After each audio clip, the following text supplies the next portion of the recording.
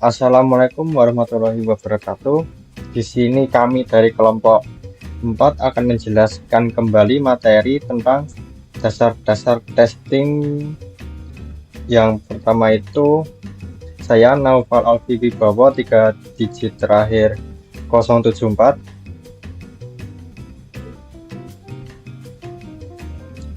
dan ada Octavio SL Rizky, 3 digit terakhir 082, ada Kakam Ade Prasetyo, 3 digit terakhir 090. Yang keempat ada Nabila Ramadhani dengan 3 digit terakhir 101, dan yang terakhir Jatuh Laili Damar Agustia dengan 3 digit terakhir 103. Untuk materi pertama bisa dijelaskan oleh Ade. Udah. Jadi yang pertama yaitu objektivitas testing. Nah, objektivitas testing ini dibagi menjadi 5. Yang pertama verifikasi, yaitu memastikan software berfungsi sesuai spesifikasi. Yang kedua validasi, yaitu memastikan software berfungsi sesuai dengan kebutuhan user. Yang ketiga memberikan informasi pencegahan agar tidak terjadi error kembali. Yang keempat identifikasi kemampuan sistem. Yang kelima deteksi error, mencakup identifikasi dan perbaikan bug sebelum dirilis, kemudian kelemahan dan keterbatasan sistem. Jadi testing yang objektif itu akan memastikan bahwa masalah ditemukan secara terukur dan tanpa bias, sehingga perbaikannya dapat dilakukan dengan tepat dan efisien. Next.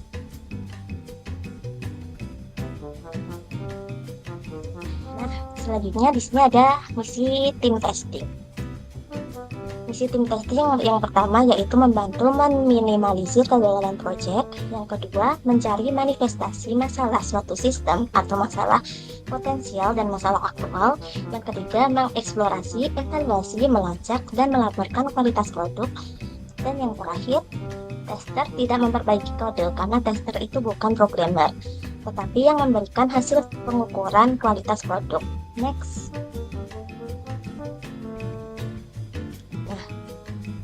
Sekarang psikologi testing. Tester harus mempunyai keinginan yang mendasar untuk membuktikan kode gagal atau fail dan akan melakukan apa saja untuk membuatnya gagal. Jadi, bila seorang tester hanya ingin membuktikan bahwa kode beraksi sesuai dengan fungsi bisnisnya, maka tester tersebut telah gagal dalam menjalankan tugasnya sebagai tester. Next, selanjutnya akan disampaikan oleh Ade. Oke, baik, untuk yang dalam slide prinsip testing ini. Nah, jadi dalam testing itu pastinya memerlukan berbagai prinsip ya. Prinsip utamanya dalam testing yaitu yang pertama itu adalah testing itu memerlukan pekerjaan yang kreatif tapi sulit juga. Nah, jadi testing itu bukan menjalankan software dan mencari bug tertentu ya, tapi juga memerlukan kreativitas untuk menyusun skenario pengujiannya sistem secara efektif gitu. Jadi emang kita tuh harus memerlukan ide yang luas, berpikiran secara kreatif jadinya untuk bisa mencari celah-celah yang ada di dalam sistem tersebut. Jadi memang kita harus berpikir kritis sebagai tester untuk menemukan celah-celahnya dalam sistem gitu, dan pastinya mengantisipasi potensi masalah yang akan mungkin muncul di kedepan hari. Nah, yang kedua tuh developer membangun tapi tester itu menghancurkan. Nah, prinsip ini tuh ya menggambarkan bahwa developer itu berfokus pada membangun sistem, nah tapi tester itu bertugas untuk mencari kelemahan dan yang ada dalam sistem lah. Jadi peran kritis tester itu menemukan bug dalam software atau sistem itu sebelum dirilis, jadi agar bisa tidak ada terjadinya bug ketika customer itu udah menikmati sistem tersebut untuk masalah kedepannya ya. Nah, yang ketiga tuh input yang salah tuh bisa menyebabkan error lain gitu. Jadi kesalahan dalam input data itu pastinya kalau dalam perkodingan tuh atau dalam fungsi yang udah dijadikan dalam codingan yang bisa akan terjadi sistemnya itu pasti bakal berdampak lain kepada dalam sistemnya itu. Nah, oleh karena itu pastinya pengujian testing itu harus mencakup sebagai kemungkinan skenario input itu kalau misalkan salah dan akan berdampaknya secara error itu secara domino gitu, pastinya kita harus mengantisipasi errornya yang mungkin terjadi. Nah, yang keempat tuh testing yang baik itu bisa mengurangi kerugian dalam masa depan. Jadi pengujian atau testing itu yang dilakukan dengan baik dan dapat mengurangi biaya dan risiko di masa mendatang. Jadi pastinya dengan cara antisipasi itu, tester itu emang kerjanya yang sangat mulia ya. Jadi emang sebelum software itu dirilis itu pastinya kita harus mencoba dulu apakah ini udah jadi berhasil atau tidak, dan emangnya tidak sesuai sejalan dengan fungsinya dan pastinya tanpa bug ya, karena sebuah software yang dirilis tanpa pengujian yang memadai memang menyebabkan kegagalan dalam sistem yang emang berakibat biaya yang perbaikan yang tinggi nanti dan pastinya penurunan reputasi perusahaan. Oke, next.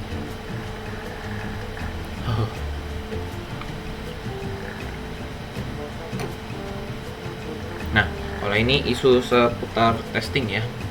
Jadi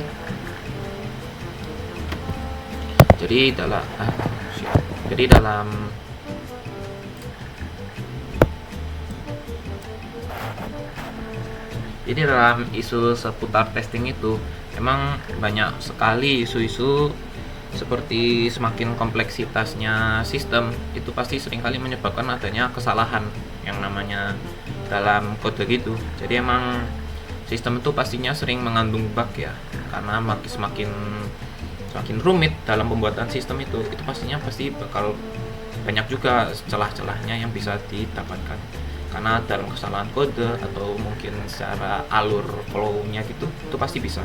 Nah, jadi oleh karena itu testing itu menjadi proses yang sangat penting pastinya dalam mendeteksi dan memperbaiki bug sebelum software itu atau sistem itu pasti dirilis. Nah, dan pastinya yang selain itu pekerjaan testing itu merupakan pekerjaan yang mahal dan pastinya tuh memakan waktu yang lama juga. Jadi emang tanpa testing yang baik emang resiko kegagalan tuh bisa lebih besar atau bisa jadi banyak yang kelewat bugnya. Makanya jadi pekerjaan yang emang menyita waktu yang justru dapat kalau misalkan kalau kegagalan itu terjadi itu bisa menyebabkan kerugian yang besar di masa depan. Jadi emang sebagai pekerjaan yang mahal itu juga pasti dilakukan secara baik-baik ya, secara hati-hati juga dan pastinya secara menyeluruh.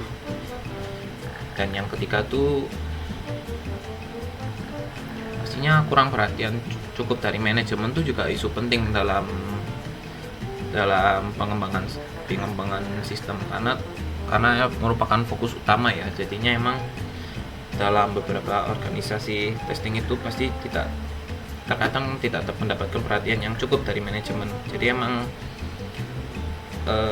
biar kualitas dan reliabilitas si sistem itu bisa dijaminkan, itu pastinya kita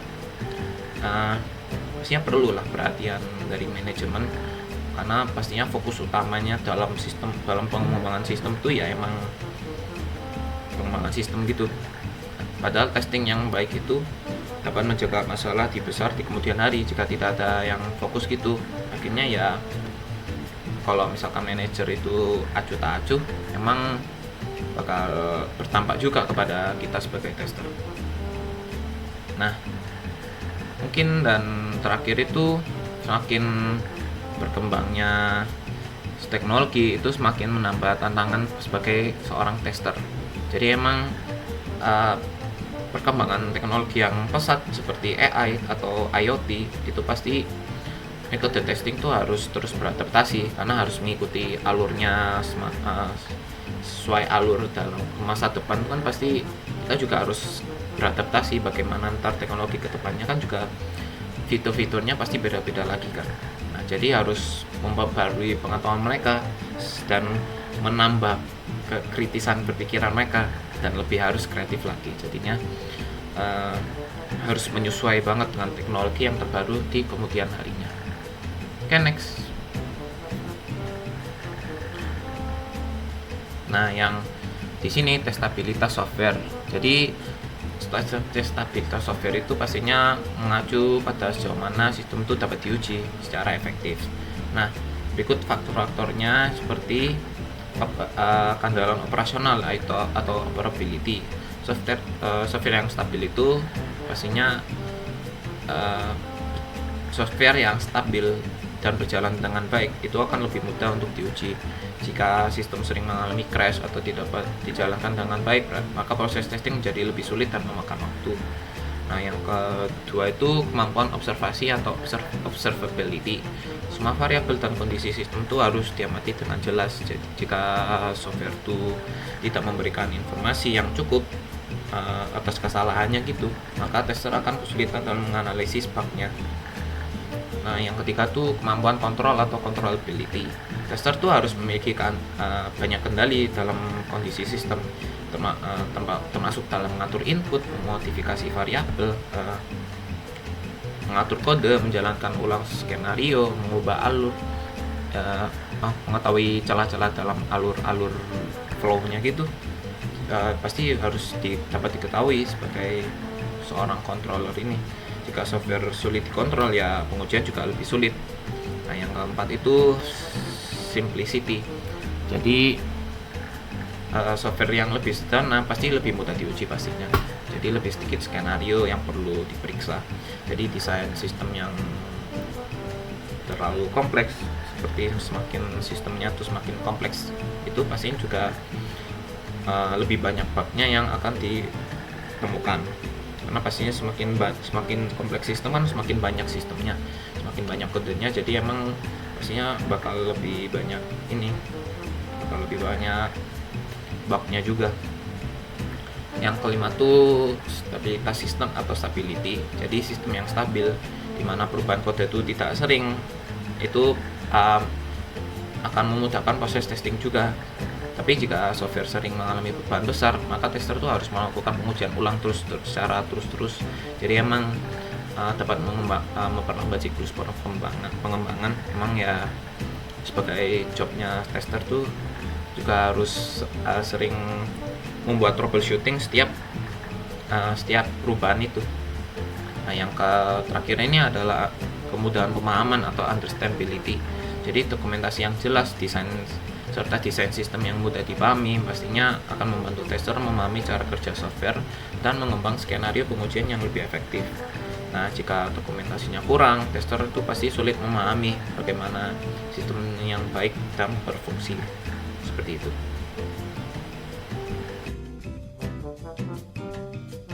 Kemudian di sini terkait biaya testing dan defects.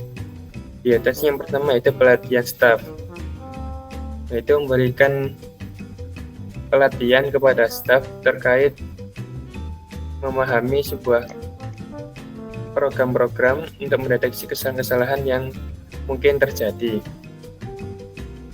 Kemudian yang kedua yaitu inspeksi kode, yaitu biaya menggunakan software atau perangkat tertentu dalam mendeteksi kode. Yang ketiga yaitu otomatisasi testing, yaitu penggunaan kode atau program sehingga memudahkan dalam tester ketika mendeteksi suatu kesalahan dalam sistem. Kemudian biaya akibat defect, yaitu yang pertama perbaikan bug. Jadi apabila bug ditemukan, maka tester akan mencoba untuk melakukan pencarian bug tersebut, mendeteksi bug tersebut, sehingga memerlukan biaya seperti biaya waktu, biaya tenaga, dan lain sebagainya. Kemudian yang kedua terkait kerusakan reputasi. Apabila sistem telah tersebar di masyarakat, kemudian ditemukan bug, maka reputasi dari perusahaan yang mengimplementasikan sistem tersebut akan mengalami kerusakan reputasi, seperti berpotensi kehilangan pelanggan, hilangnya kepercayaan, dan lain sebagainya. Kemudian yang ketiga yaitu penalti hukum. Apabila suatu bug ditemukan seperti kebocoran data, hal tersebut dapat mengakibatkan pada hukuman yang diberikan kepada developer. Kemudian yang ketiga terkait keseimbangan biaya. Yang poin pertama, defect lebih murah dihilangkan di awal. Sesuai dengan dijelaskan sebelumnya, defect lebih murah karena jika diimplementasikan di awal, maka sistem masih belum kompleks dan mudah untuk dideteksi. Namun jika sudah kompleks, apalagi telah tersebar di umum, jika diimplementasikan, maka akan menimbulkan biaya yang lebih besar lagi karena harus patch. Kemudian yang kedua, prioritaskan testing pada bagian operating system. Next. Kemudian di sini adalah siklus hidup software. Yang pertama adalah analisa kebutuhan, menganalisis apa saja yang dibutuhkan dari suatu software. Yang kedua adalah desain sistem, yaitu mendesain sebuah sistem sesuai dengan kebutuhan yang diperlukan. Yang ketiga yaitu implementasi dan pengujian, yaitu setelah didesain maka dilakukan pemrograman terkait desain tersebut, kemudian dilakukan pengujian apakah stabil ataukah terdapat bug yang ditemukan. Kemudian yang keempat adalah pemeliharaan dan perbaikan. Apabila terdapat kesalahan atau bug, maka dilakukan perbaikan sistem. Next. Kemudian siklus hidup testing, yaitu yang pertama perencanaan testing. Jadi perencanaan testing ini yaitu tester melakukan perencanaan terlebih dahulu terkait bagaimana saja yang perlu dilakukan testing agar nantinya tertata sehingga memudahkan dalam pembuatan laporan. Kemudian yang kedua, akuisisi test case, yaitu melakukan berbagai macam pola apabila menemukan sebuah bug untuk dilakukan analisis lebih lanjut. Yang ketiga yaitu eksekusi testing, yaitu melaksanakan testing terhadap suatu sistem informasi. Yang keempat yaitu evaluasi hasil. Berdasarkan hasil penemuan yang ditemukan, kemudian dilakukan pelaporan untuk diberikan kepada pihak developer. Next. Aktivitas testing secara umum itu ada 3, yaitu perencanaan, akuisisi, dan pengukuran. Yang pertama, tahap awal dalam perencanaan yaitu mencakup rencana pendekatan umum, yaitu menentukan strategi testing yang akan digunakan.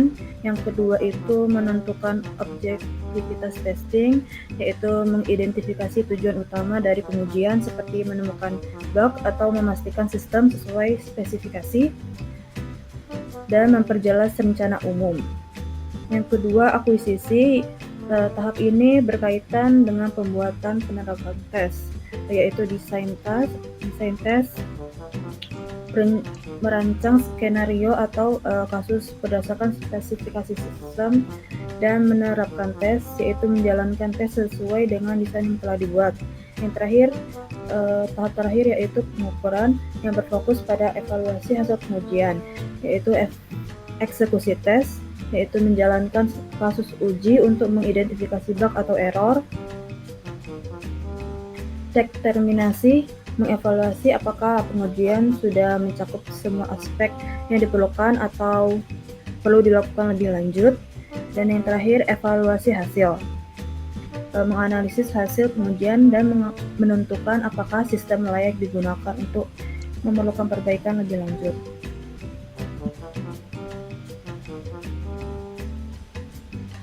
Tingkatan testing secara umum itu ada 3, yaitu unit testing, system testing, dan acceptance testing. Unit testing yaitu pengujian terhadap unit terkecil dari kode program secara individu. Biasanya ini dilakukan oleh developer untuk memastikan bahwa setiap fungsi atau modul berjalan sesuai harapan. Contohnya yaitu menguji fungsi dalam sebuah kelas atau metode di dalam program. Yang kedua, sistem testing. Pengujian pada sistem yang telah terintegrasi secara keseluruhan bertujuan untuk memastikan bahwa sistem berfungsi sesuai dengan spesifikasi yang telah ditentukan. Contohnya yaitu menguji apakah fitur login dapat berfungsi dengan baik di berbagai kondisi. Yang terakhir ada acceptance testing, yaitu pengujian formal yang dilakukan untuk memastikan apakah sistem sudah memenuhi kriteria yang digunakan oleh pelanggan atau pengguna akhir. Digunakan sebagai dasar untuk menentukan apakah sistem dapat diterima dan siap digunakan. Contohnya yaitu pengguna penguji aplikasi sebelum diluncurkan atau memastikan semua fitur bekerja sesuai harapan. Jenis-jenis defects dalam software yaitu ada kesalahan pada antarmuka pengguna atau UI. Yang kedua ada kesalahan dalam penanganan error. Yang ketiga ada kesalahan perhitungan logika. Yang keempat ada kesalahan dalam pengolahan data. Dan yang terakhir ada kesalahan dalam alur kontrol program.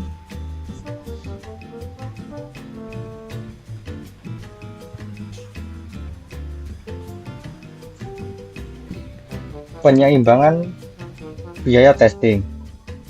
Yang pertama itu testing yang tidak cukup dapat meningkatkan risiko error, yang dimana bervariasi seperti testing fungsional, testing performa, testing keamanan, dan lain-lain. Perlu alokasi biaya yang seimbang antara testing dan perbaikan defect, yang dimana risiko ini harus diseimbangkan agar tidak terjadi kesalahan. Testing yang baik mencegah kerugian di kemudian hari.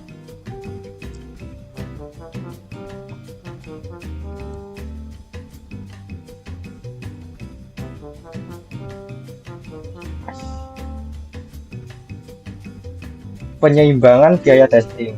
Untuk yang pertama, testing yang tidak cukup dapat meningkatkan risiko error besar yang dapat menyebabkan kerugian finansial dan juga reputasi. Yang kedua, perlu alokasi biaya yang seimbang antara testing dan perbaikan defect. Dan yang terakhir itu testing yang baik mencegah kerugian di kemudian hari.